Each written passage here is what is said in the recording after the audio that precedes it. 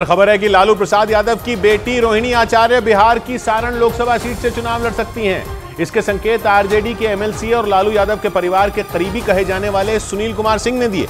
उन्होंने social media पर एक पोस्ट की और उस पोस्ट में लिखा कि सारण के लोग चाहते हैं रोहिणी आचार्य वहां से चुनाव लड़ें। और आरजेडी के एमएलसी सुनील कुमार सिंह की पोस्ट की वजह से अटकलें लगी कि रोहिणी आचार्य सारण से चुनाव लड़ सकती हैं, यानी लालू प्रसाद यादव की एक और बेटी की सियासत में एंट्री हो सकती है। आरजेडी नेताओं ने भी दबी जबान से इसके संकेत दिए। लोकतंत्र में सबको अधिकार है, हम भी लड़ सकते हैं, आप भी लड़ सकते हैं, कोई लड़ सकता है। 3 मार्च को पटना में आरजेडी की जन विश्वास रैली हुई थी और इस रैली में रोहिणी आचार्य मंच पर नजर आई थी। वो रैली में शामिल हुए विपक्ष के नेताओं से मिलती दिखी थी। ये पहला मौका था जब रोहिणी आचार्य सियासी मंच पर लालू प्रसाद यादव के साथ दिखी थी। बीजेपी ने उसी रैली का जिक्र करते हुए लालू प्रसाद यादव को घेरा और परिवारवाद का मुद्दा उठाया। बहू भी आने वाली है, ये परिवारवादी परिवार से बाहर नहीं निकलेंगे। पटना के गांधी मैदान में हुई रैली में लालू प्रसाद यादव के परिवार की ओर से राबड़ी देवी, तेजस्वी, तेज प्रताप, मीसा भारती और रोहिणी आचार्य मंच पर मौजूद थे। और इस रैली के कुछ ही दिन बाद खबर उड़ी कि रोहिणी आचार्य की सियासत में एंट्री होने वाली है। रोहिणी आचार्य का नाम तब खूब चर्चा में आया था जब उन्होंने लालू प्रसाद यादव को अपनी एक किडनी दी थी और इसके बाद लालू प्रसाद यादव की सेहत में सुधार हुआ था। रोहिणी आचार्य के सारण से चुनाव लड़ने की अटकलों के बीच आरजेडी नेताओं ने इस बात का जिक्र भी छेड़ दिया।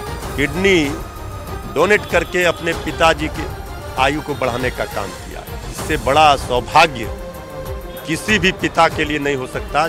सोशल मीडिया पर सक्रिय रहने वाली रोहिणी आचार्य ने अपने पिता को किडनी देकर एक अलग छवि बनाई है। पिछले महीने जेडीयू और आरजेडी का गठबंधन टूटने पर उनकी सोशल मीडिया पर की गई पोस्ट भी चर्चा में थी, क्योंकि इससे उनकी तेज तर्रार छवि भी सामने आई थी। क्योंकि अपनी पोस्ट में वो नीतीश कुमार पर खूब भड़की थी और इसके बाद वो लालू यादव और परिवार के दूसरे सदस्यों के साथ रैली में भी नजर आई थी। और अगर रोहिणी आचार्य सारण से चुनाव लड़ती हैं तो वो लालू प्रसाद यादव के परिवार से सियासत में एंट्री लेने वाली छठी सदस्य बन जाएंगी, क्योंकि खुद लालू प्रसाद यादव, उनकी पत्नी राबड़ी देवी, उनकी बेटी मीसा भारती और दोनों बेटे तेजस्वी और तेज प्रताप राजनीति में सक्रिय हैं और चुनाव भी लड़ चुके हैं। तेज प्रताप और तेजस्वी ने विधानसभा चुनाव लड़ा है, जबकि लालू प्रसाद यादव, राबड़ी देवी और मीसा भारती लोकसभा चुनाव लड़ चुके हैं और रोहिणी आचार्य की सियासी पारी का आगाज भी लोकसभा चुनाव से ही हो सकता है। और वो बिहार की उस सीट से चुनाव लड़ सकती हैं जहां 1977 में लालू प्रसाद यादव ने कांग्रेस के किले को ध्वस्त कर दिया था। यानी अटकलें लगी कि रोहिणी आचार्य बिहार की सारण लोकसभा सीट से चुनाव लड़ सकती हैं। 1977 में इस सीट को छपरा के नाम से जाना जाता था, यानी आज की सारण लोकसभा सीट 1977 में छपरा लोकसभा सीट थी।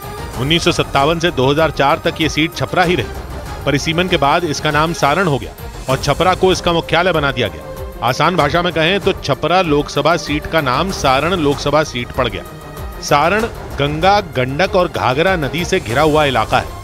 इससे ये इलाका एक त्रिभुज जैसा लगता है, जिसके दक्षिण में गंगा बहती है जो आगे भोजपुर और पटना तक जाती है, जबकि पूर्व दिशा में बहने वाली गंडक नदी सारण जिले को वैशाली और मुजफ्फरपुर जैसे जिलों से अलग करती है।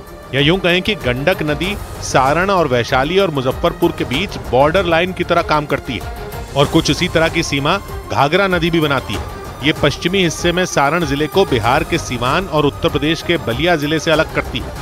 लेकिन कहते हैं कि भले ही नदियां यहाँ पर त्रिकोण बनाएं, लेकिन सारण में चुनावी संग्राम के दौरान कभी भी सियासी त्रिकोण नहीं बना, क्योंकि सारण में ज्यादातर बार ऐसा हुआ कि 2 उम्मीदवारों के बीच ही कांटे की टक्कर हुई। लालू यादव की एंट्री से पहले इस सीट को कांग्रेस का गढ़ कहा जाता था। कांग्रेस के रामशेखर सिंह तो लगातार 4 बार सारण से चुनाव जीते, लेकिन 1977 में लालू प्रसाद यादव ने इस सीट से बंपर जीत हासिल की थी और अब के सारण और तब के छपरा से जीतकर सुर्खियों में आ गए थे। जेपी आंदोलन को इस जीत की बड़ी वजह माना गया था, क्योंकि लालू यादव इस आंदोलन में से निकले बड़े नेताओं में से एक थे और आपातकाल के दौरान पूर्व प्रधानमंत्री इंदिरा गांधी के खिलाफ खड़े हो गए थे। और कहते हैं कि 1977 में हुए लोकसभा चुनाव में लालू प्रसाद यादव को जेपी आंदोलन से उठी उसी लहर का फायदा हुआ था।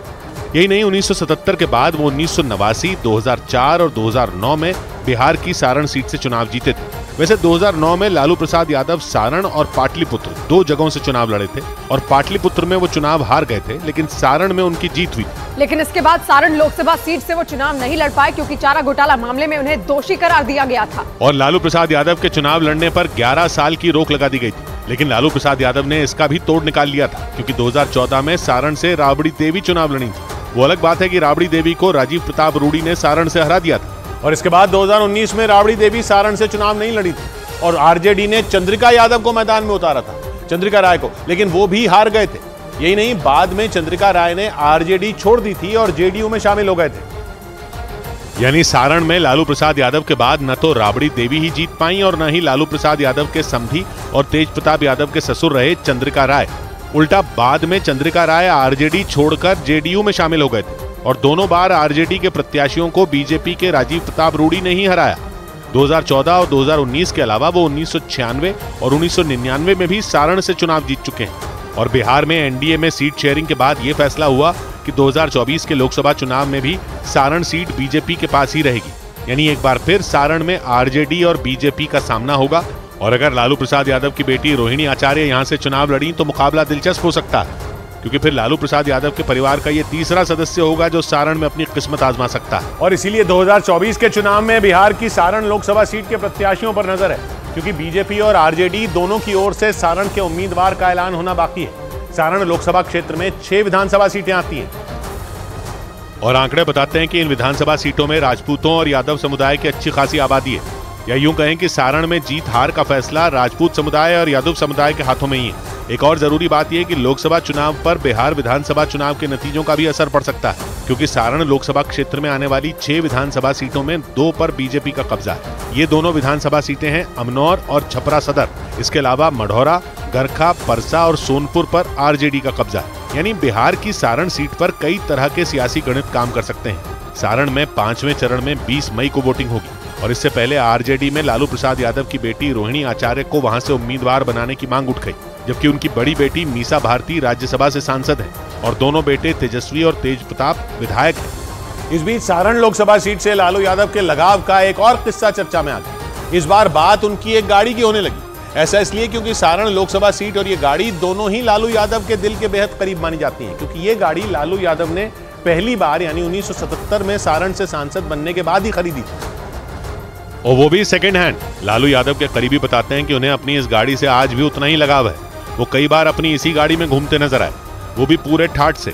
कुछ साल पहले तो वो इस गाड़ी को चलाते दिखे थे और उनके कई समर्थक इस गाड़ी पर जहां तहां लदे दिखाई दिए थे। ये वही गाड़ी है जिसे चलाने के बाद विपक्ष ने लालू यादव पर तंज भी कसा था, क्योंकि उस वक्त लालू यादव बहुत बीमार थे। उन्हें जेल से पैरोल भी अपनी बीमारी की वजह से ही मिली थी, लेकिन जब उन्होंने गाड़ी चलाई थी तो विपक्ष उन पर हमलावर हो गया था। हालांकि उन्होंने इसके बावजूद पूरे रौब से उस गाड़ी की सवारी की थी, क्योंकि ये उनकी सबसे पसंदीदा गाड़ी मानी जाती है। ये गाड़ी उनके लिए खास इसलिए है क्योंकि लालू यादव ने 1977 में पहली बार सारण यानी तब के छपरा से लोकसभा चुनाव जीतने के बाद ये गाड़ी खरीदी थी और इसे उन्होंने किसी शोरूम या फिर दुकान से नहीं खरीदा था, बल्कि वो इसके लिए बिहार से कलकत्ता तक गए थे और वहां से महिंद्रा कंपनी की इस गाड़ी को सेना से 5000 रुपए में खरीद कर लाए थे, क्योंकि तब सेना की पुरानी गाड़ियों को बेचने के लिए विधायकों और सांसदों के बीच बोली लगाई जाती थी। और लालू यादव ने इस गाड़ी को 1977 में 5000 रुपए की सबसे बड़ी बोली लगाकर खरीदा था।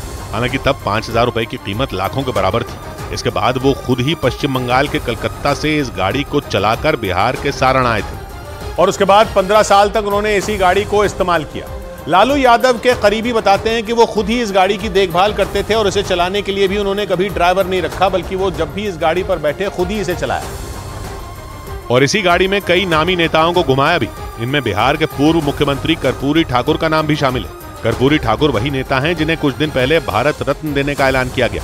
कहा जाता है कि कर्पूरी ठाकुर लालू यादव की इसी गाड़ी में बैठकर पटना और सारण में दौरा किया करते थे और उनके अलावा जेडीयू के पूर्व अध्यक्ष शरद यादव समेत उस दौर के कई नेता लालू यादव के साथ इसी गाड़ी में घूमे।